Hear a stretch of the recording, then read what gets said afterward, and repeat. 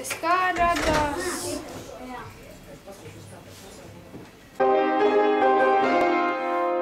O, cik laba skaņa!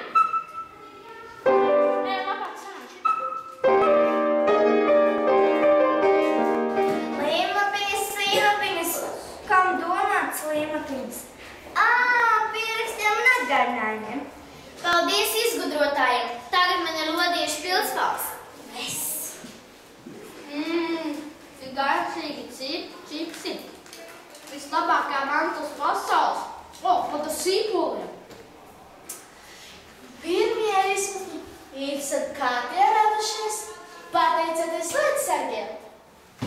Mums patīk džinsi, džinsi, džinsi, mums patīk džinsi, džinsi, džinsi, mums patīk džinsi, džinsi, džinsi, mums patīk džinsi, džinsi.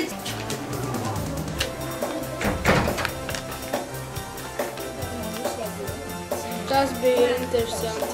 Tagad zinu, kā radās līmlapiņas, pildspalvas, izplatni, rīteņi.